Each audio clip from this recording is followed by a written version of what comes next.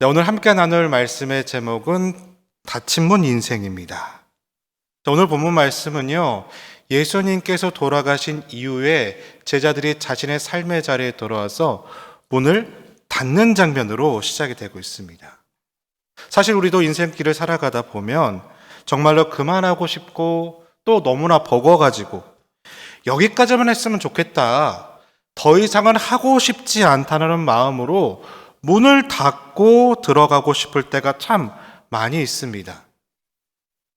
2025년도 새해이지만요, 어떤 분들은 2025년도가 시작되기도 전에 벌써 이 마음문들을 닫은 분들이 계시고요. 또 어떤 분들은 이제는 더 이상 하고 싶지 않고 이제 할 만큼 했다, 여기까지라는 생각 때문에 내 삶의 문을 꽉 닫고 싶을 때가 또 있는 분들이 계시더라고요. 그래서 오늘 말씀을 전하기 전에 먼저 축복하길 원하는데요, 내 삶의 문을 꽉 닫고 싶은 분들이 계시다라면 오늘 말씀이 나의 사건이 되어서요, 내가 닫았던 그 문을 활짝 열어주시는, 더 이상 안 할 거야 라고 하는 그때 주께서 닫혀진 우리의 마음을 활짝 열어주시는 그 말씀의 역사가 오늘 우리의 삶에 동일하게 나타나게 되시기를 주님의 이름으로 간절히 축복합니다. 그래서 먼저 첫 번째로 살펴보고 싶은 것이 있는데, 그렇다면 그 닫힌 문 인생이 되었던 제자들은 과연 어떤 상황일까? 이거를 한번 살펴보도록 하겠습니다. 자, 오늘 보면 19절 말씀인데요, 우리 다 같이 한번 읽어보겠습니다. 준비 시작.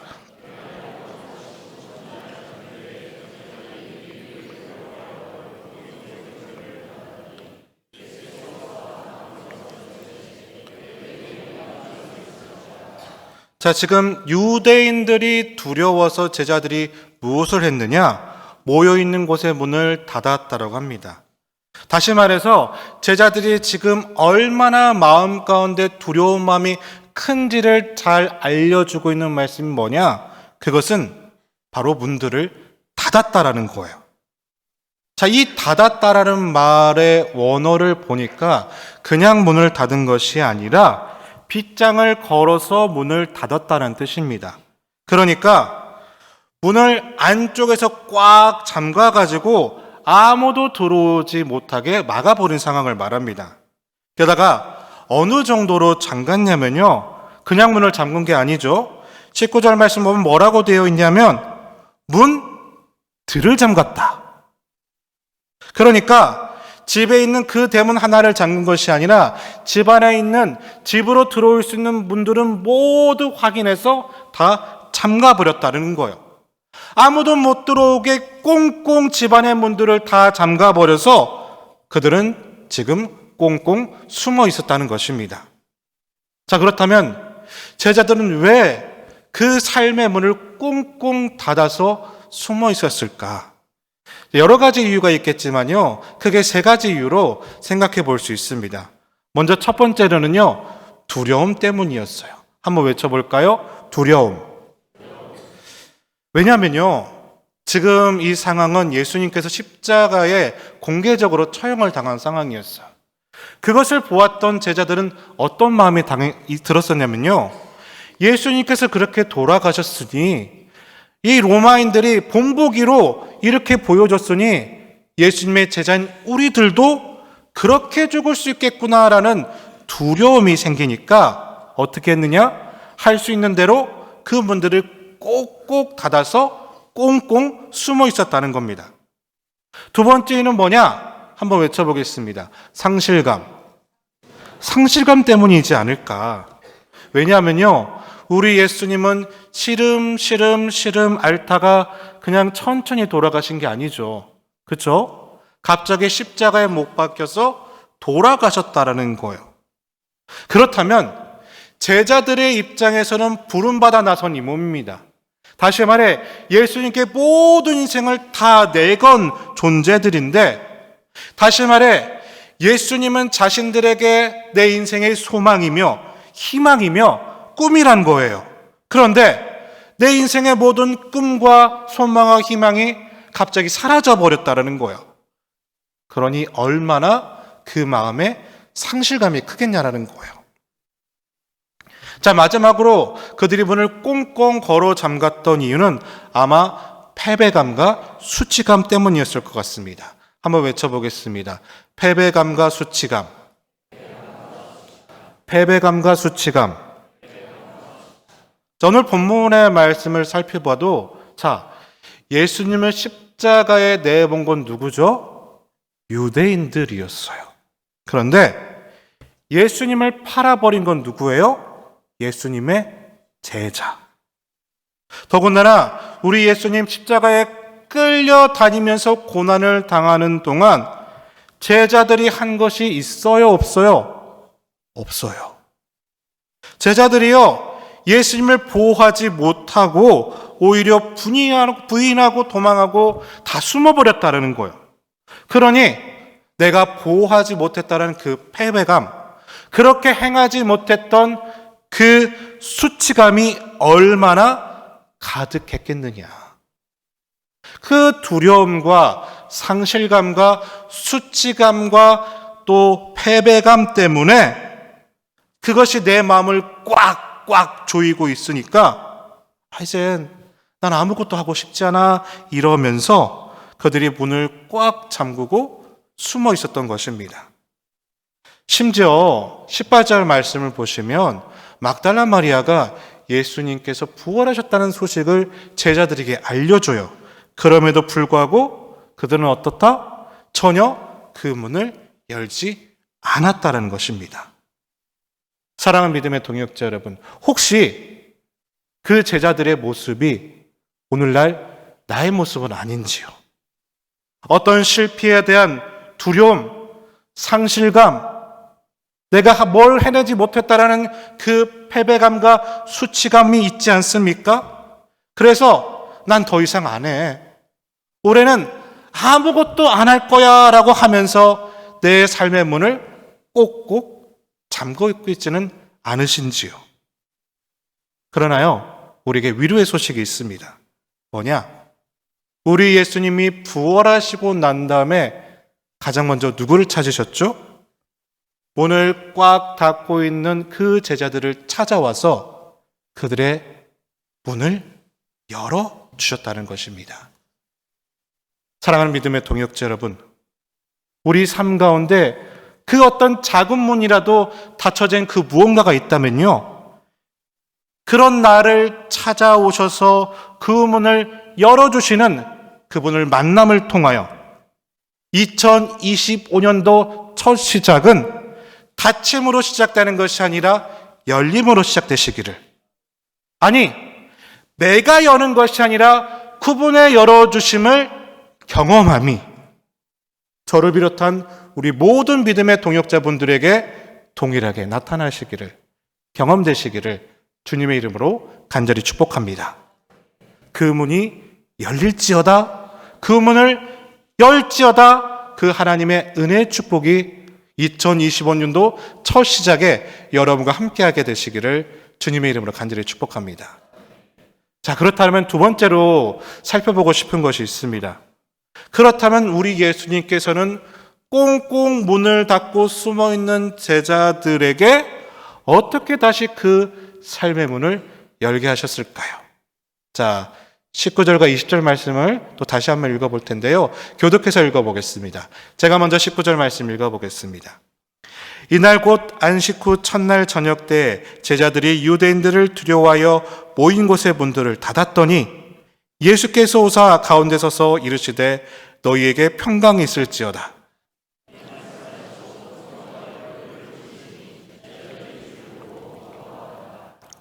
자, 19절 말씀을 다시 한번 보여주시겠어요?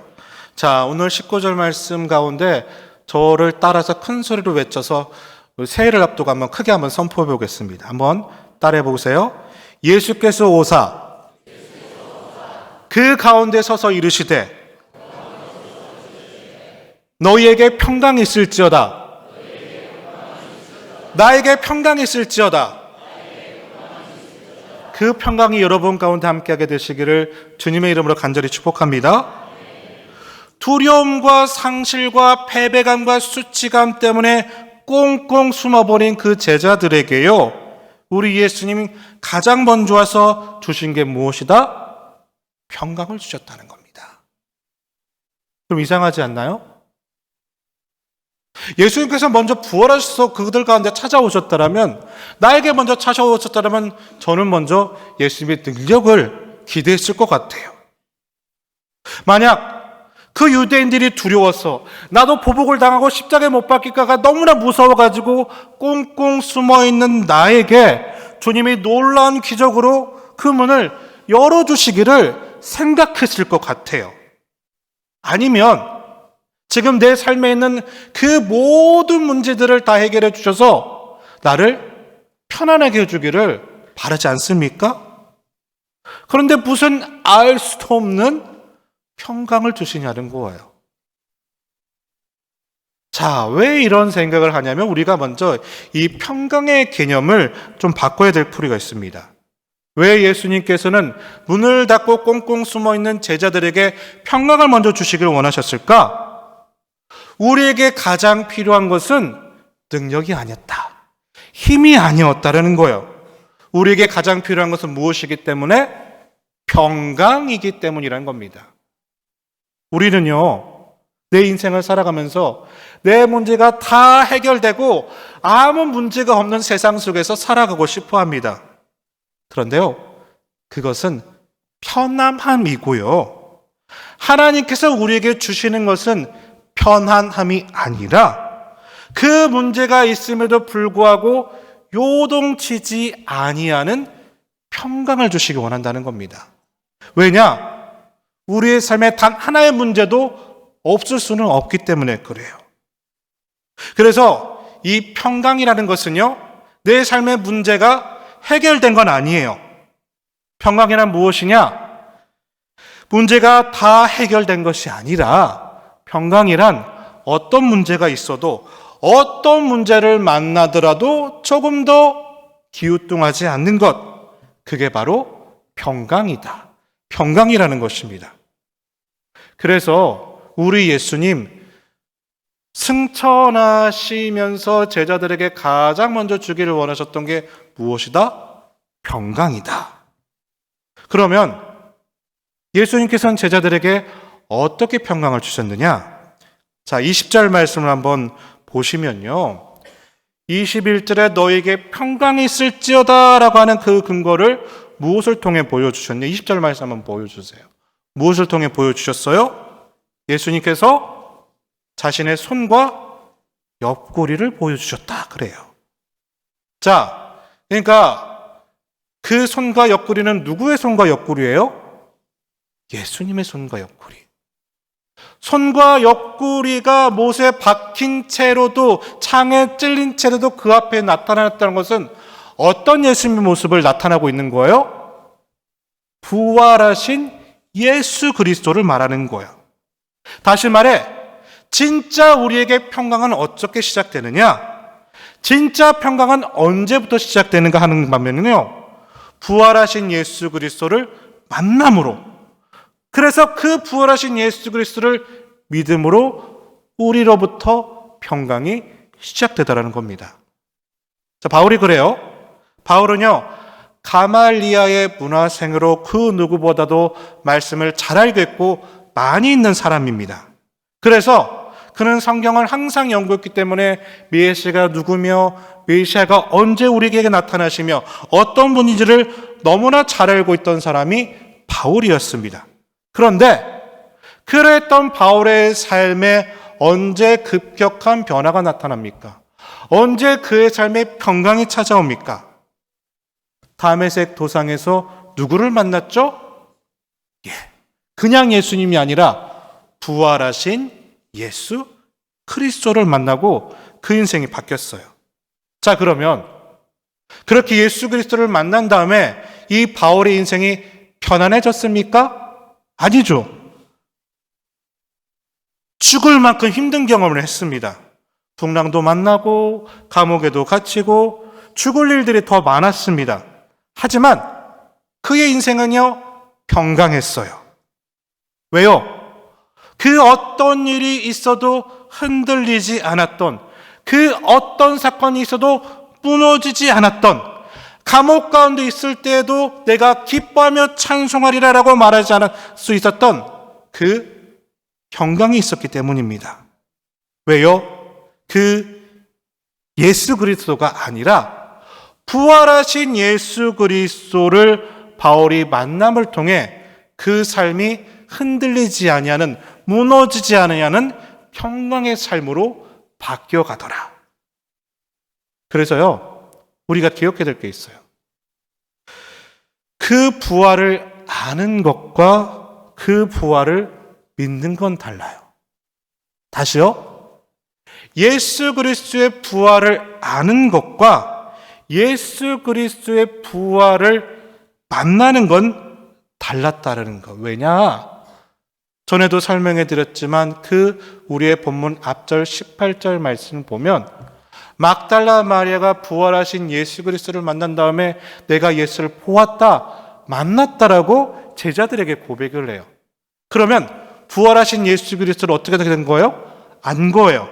하지만 그 아는 것만으로는 내 삶에 닫혀진 지경이 열려지지가 않다는 겁니다. 다시 말해 부활하신 그 예수 그리스도를 아는 정도로만, 그 부활하신 예수 그리스도를 알고 있는 정도만으로는요, 내 삶에 닫혀진 문을 열 수가 없어요.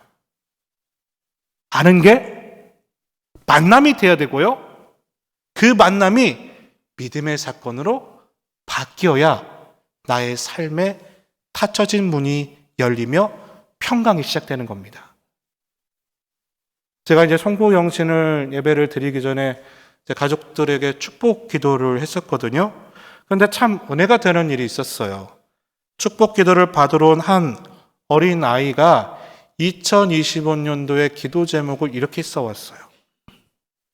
자, 그 기도 제목은 뭐냐면요, 한 해 동안 말씀을 통해 들었던 그 예수님을 더 깊이 만나고 싶어요. 이렇게 기도 제목을 썼어요.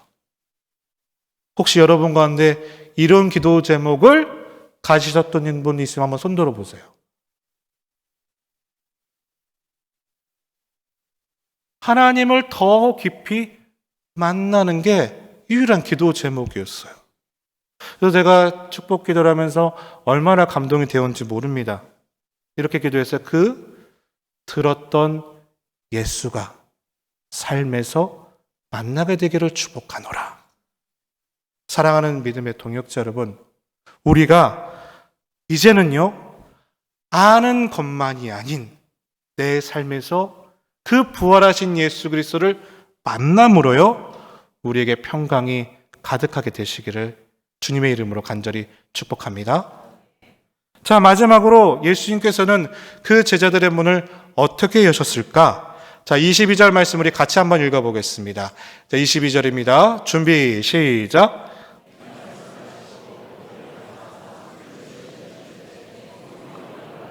무엇을 받으라고요?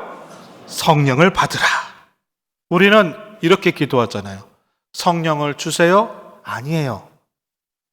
예수님 뭐라고 말씀하셨어요? 성령을 받으라.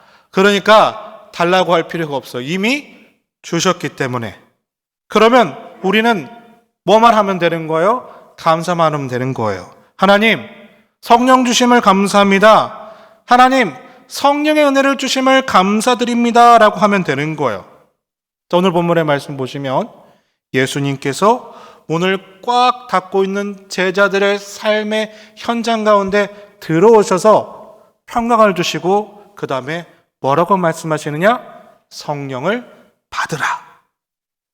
그 성령의 받음을 통해서 그들의 삶이 문을 열고 새롭게 시작되는 역사가 나타납니다.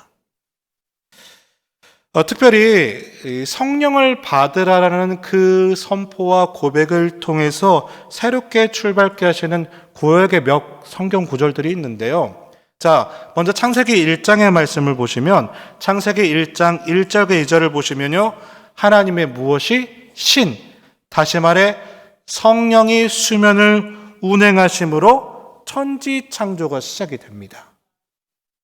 그리고요, 창세기 2장을 보시면 흙덩어리에 주문하지 않았던 그 사람의 코에 무엇을? 생기, 성령을 불어넣어 주실 때 인간으로서의 하나님의 피조물로서의 삶을 살도록 시작을 열어주셨고요. 자, 또 하나 에스겔서 37장 말씀을 보시면 자, 포로로 끌려가 있는 그 이스라엘의 현실을 보여주시고자 하나님께서는 에스겔 선지자에게 마른 뼈가 가득한 한 골짜기를 인도를 하셨거든요. 그러면서 그 마른 뼈가 가득한 골짜기를 보시면서 이 에스겔들에게 이 뼈가 살겠느냐라고 반복해서 묻는 장면이 나옵니다. 자, 그 장면은 한번 우리가 읽어보기 원하는데요. 에스겔서 37장 9절과 10절 말씀인데 교독해서 읽어보겠습니다. 먼저 제가 9절을 읽어보겠습니다. 또 내게 이르시되 인자야 너는 생기를 향하여 대언하라. 생기에게 대언하여 이르기를 주 여호와께서 이같이 말씀하시기를 생기야 사방에서부터 와서 이 죽음을 당한 자에게 불어서 살아나게 하라 하셨다 하라.